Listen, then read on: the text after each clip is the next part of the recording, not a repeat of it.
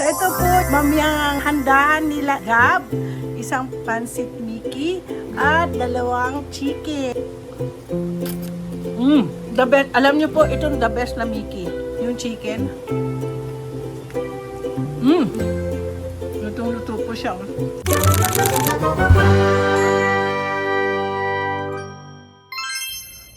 Good morning! Today is July 21st. Birthday po ni Gab. Pero may party po kami sa Saturday. Mag-party-party kami para may mga balloons, ganun. So anyway, alam niyo pa, magawin nating happy si Gab. 6, sabi niya, how old are you? 5. No, you're gonna be 6. So magme-memorize siya uli ng 6 kasi memorize niya 5. So ngayon po, mamaya darating si Luchi. So ang lulutuin ko ngayon, kakaiba na pritong chicken, yung chicken legs.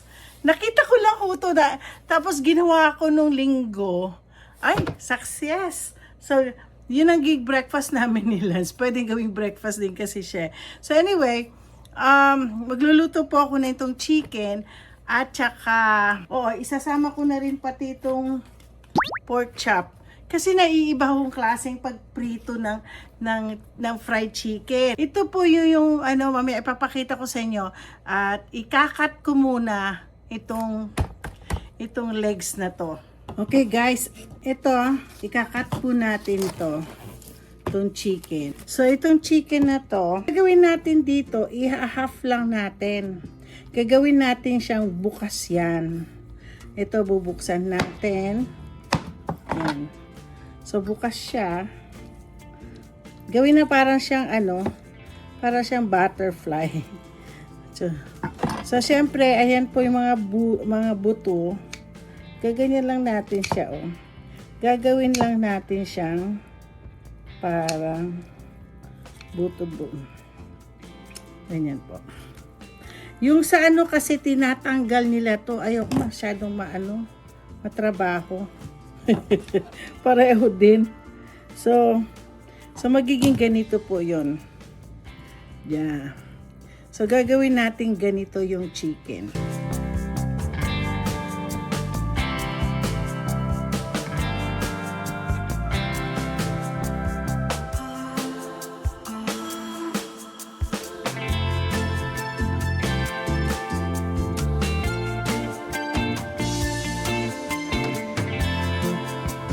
Okay guys, tapos na. So itsura niya para siyang parang butterfly. Ayan. So lalagyan lang na po natin siya ng ingredients. And we'll stay put mga siguro mga 30 minutes kasi para ito po ang nilagay ko ay isang garlic powder. Tapos simple lang po ang marinating. Hindi natin lalagyan to ng cornstarch or flour. So, as usual, ang aking Himalayan salt. Yan, para lahat sila Ayan. Kung masyadong maraming, hindi naman masyado, marami. Basta lahat sila equal. Tapos, pinakalas ko is hindi ko na matandaan ko yun, pero madalas sila sa Europe, madalas sila nagagawa naglalagay ng paprika. Last na pala yung paprika ko. Ay, nasaan ka kaya? Isa kong paprikang binili, yung sweet paprika para sana sa longganisa. So makagawa man lang ako ng so ito po, so lalagay lang natin ng ganyan. So make sure na bawat isa meron sila yung ating nagsama-sama sila. Ito pa isa. Ayan. Sinubukan ko muna to trial ko, which is good. Ang ganda pala. Tapos gagawa pa ako mamaya ng ayan. So set aside po natin to ng 20 to 30 minutes bago natin iprito. So guys, meron din ako isang gagawin, yung pork chop. May 4 na pork chop ako dito. Same din po yung yung aking ingredient, ang aking marinating. Same as Himalayan salt. Para isang prito na lang. Tingnan nyo yung aking kung bakit very excited ako sa klase ng paggawa ng pritong to. Sabi ko, ay, pwede pala yan. Naku, sabi ko, ang ganda-ganda. Tapos, yun, ewan ko, German channel yata yung gumawa ang nag-ano nun eh. Mahilig kasi, pero wala silang salita-salita. Ako lang maingay. Natin. Lagyan natin ng paprika. Paprika. Alam nyo na sa Germany po ako. Yung kaibigan ko si Vivian. Sa kanya kung ano-ano, sabi ko, mga German mahilig sa paprika. Paprika kasi parang ano siya, long last fresh flavor. Parang sili siya eh. So, gaganyanin po natin to. Yung pork chop na yan. Para flavorful yung ating pork chop. Pag tayo ay ayan, tingnan natin. Sana hindi ito yung let's remain it like ilang oras kasi para lumambot naman siguro yung ating. Kasi minsan matigas ang ating pork chop. So dito ko nilagay yung chicken ko ay nandiyan dyan. Tatakpan po natin yan. Okay guys, time to fry. So buksan natin to. Ayoko mga moy ang bahay ko. So ito, bubuhos na natin lahat.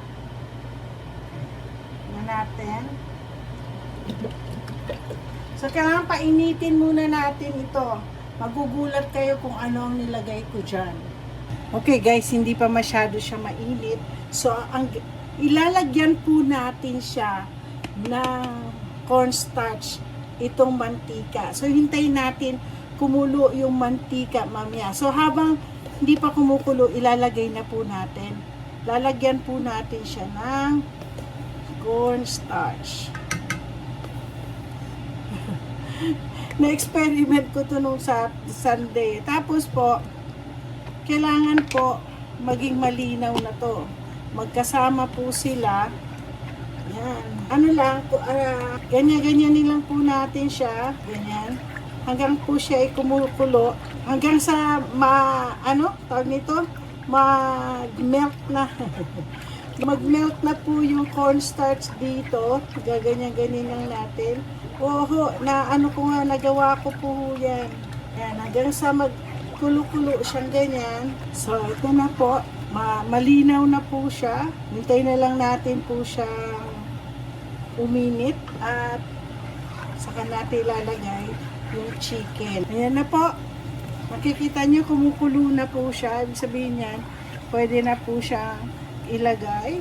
So, ilalagay po natin yung chicken. So, siyempre, gaganyan yung chicken. Kailangan iganyan nyo para siya.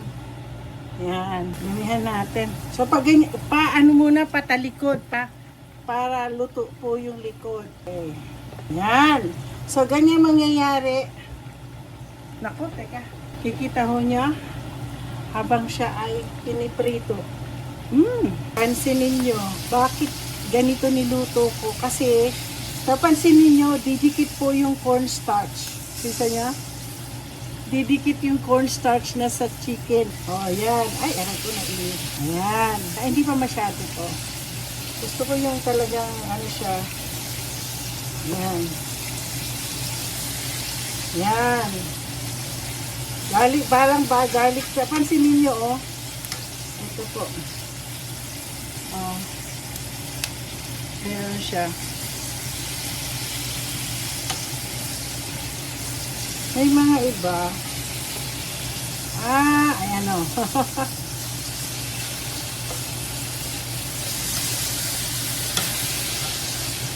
Ito, medyo malaki kasi ito eh.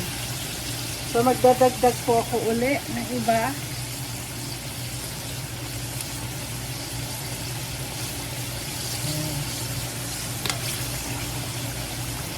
Tapos, pansinin nyo, kailang talagang palulutuin natin na husto para kasi minsan, alam mo, pinakamahirap lutuin ang mga chicken legs. Kaya delikado nga po ako pag yung mga hita, ganun. Kailangan lutong-luto ko yun kasi kung hindi, mapapagalitan ako ng asawa ko. Okay. Okay guys, tapos na ang aking pagprito ng chicken. Naglagay na po ako ng baon ko. So, lagay ko dito yung chicken. So, since birthday nga po ni Gab, magluluto po ako ng pansit Mickey noodles. Andi dito po yung mga ingredients. Maglalagay po tayo ng magsi-shrimp po ako. Shrimps po ako. Pork. Hindi naman lahat yan gagamitin ko. Meron akong carrots at saka green onion. Ito. Tapos maglalagay po ako. Ay, mainit na kaya. Uminit na. Ayun. Lalagyan ko po ng yan. Yung sabaw ng ng pinag-anuhan natin. Yan. Iinitin po natin. After magprito, piniprito ko pa po kasi ngayon yung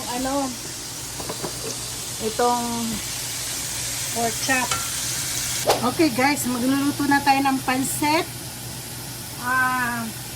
Siyempre, maglalagay po tayo ng ilalagay ko na po lahat ng na-shred kong garlic.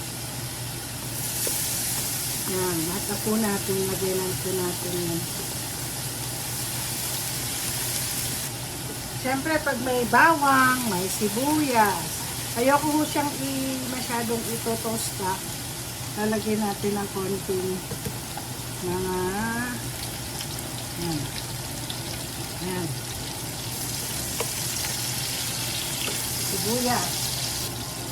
Sibuyas. Happy birthday, Gab! Pero meron pa tayong party. Siguro sa Saturday, spaghetti na lang. Or magja-Jollibee kami. Hindi po ako magluluto. Pero isa-celebrate lang namin po ang birthday ni Gab. Pero ito, kakainin niya ito mamaya. Yan. So, ilagay na natin ang ating bamoy.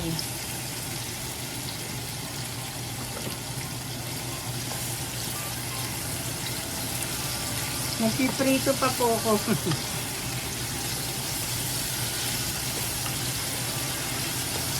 Medyo anin natin itong baboy. Totostahin natin.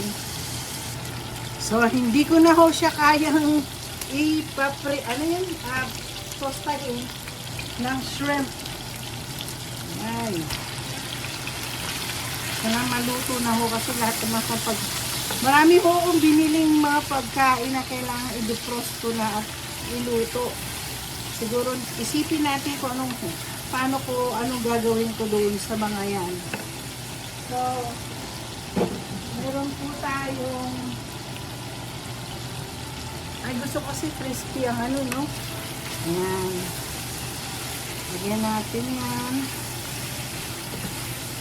Magba-brown na siya. Lalagyan na rin natin pati carrots.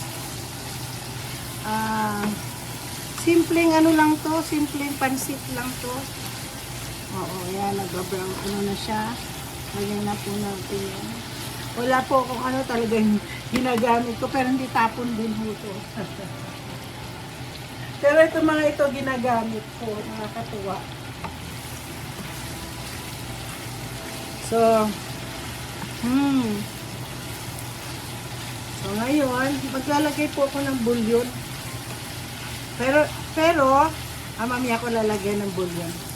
Kasi, napansin nyo, meron po akong yung pinag-anuhan ko ng shrimp. Yan. Init. Mainit na tubig din po yun. Para meron tayong sabaw. Para lasang shrimp din at saka pork. Yan. So, papakuluan po natin to. Kukuha lang muna ako ng pork bouillon para masarap yung lasa ng ating pansit. Gusto ko sana lomi, kaya lang matagal kasi pag nagtuyo na yan, naging pansit. So, pansit Mickey na lang. Okay, naglalagay tayo ng bouillon. Pork bouillon po to. Ganito natin. Para madali po siya, ano. Madali kasi nag-i-stick yung mga ano eh. Okay. Papakuluan pa muna natin uli. Tapos lalagyan ko na lang yung Mickey. Tsaka yung gulay ko lang naman eh, cabbage. May cabbage po ako ginawa. Ayan, cabbage. Parang gusto ko na naman lalagyan ng paprika ito, no? Para maging kulay talagang kulay yellow. Kaya patingman nga lang muna natin. Ay, lasa pong shrimp. wala yung ano, yung pork. Pero lalagyan po natin ng konting tubig pa. Okay lang naman yung Mickey. Alam ko yung Mickey gustong-gusto ni Lance. Gustong-gusto ni Lance yung Mickey na ano, yung matataba ang ano, ang noodles. Ayaw niya ho ng ano, bihon. Kumukulo na po. Lalagay na po natin yung Mickey. Alam niyo po, gutom na kasi ako. Tingnan natin. Ito yung tsura na ano. Ay, ang sarap po nung lasa ng ano. Lasa nung ano ito? Ng shrimp. Grabe. Bihira po kasi ako naglalagay ng shrimp. So ito yung talagang binibili kong Mickey. Gamitin natin to. Do meron ako kasing ano.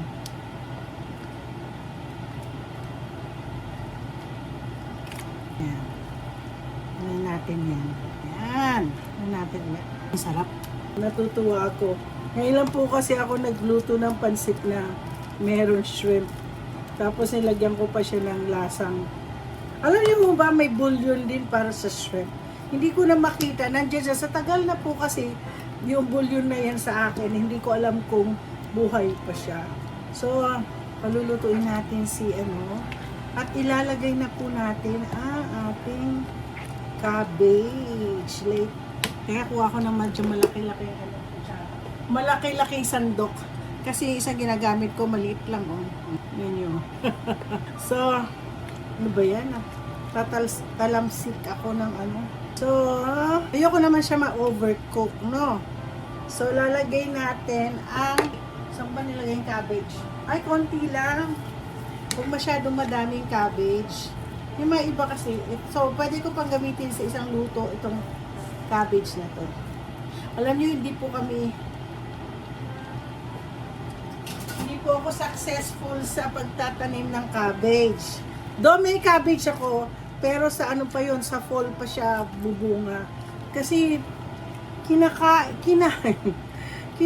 po nung ano, kinain po ng tawag nito, kinain po ng mabait daw tawag daw doon para hindi daw ako kainin daw. May malaki kasi kaming daga dito. Nakita ni ano, malaki po yung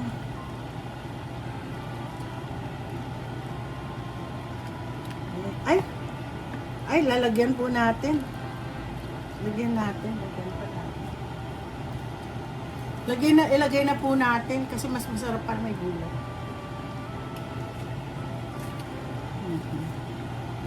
Ayan. Ay! Mahulog.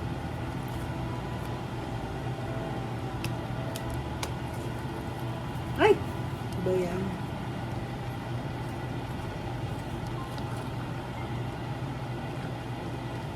Ang dami. Madaming kakainin si Gab ngayon na ano, na pansit. Tapos maglalagay po tayo ng, hindi ko po ilalagay lahat. Ito talaga hindi ko na. Tingnan natin. Masarap siya sa gulay, oh. Yan. Matutuyo din ho itong gulay na to. Ay, tedeng, patapos na ako. Okay guys, that's it. Magkakain na po ako ng breakfast. Napakatagal-tagal.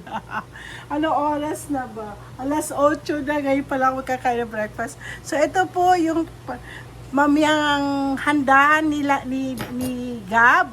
Isang pansit Mickey at 2 chicken. O, titikman po natin kasi alam mo na kanina ko pa natitikman. Natakam po ako kasi masarap po yung flavor niya, shrimp. Buti naman wala pong allergy si ano. Kasi tinanong ko si Luchi kung may allergy si Gab sa shrimp. Sabi niya wala naman daw.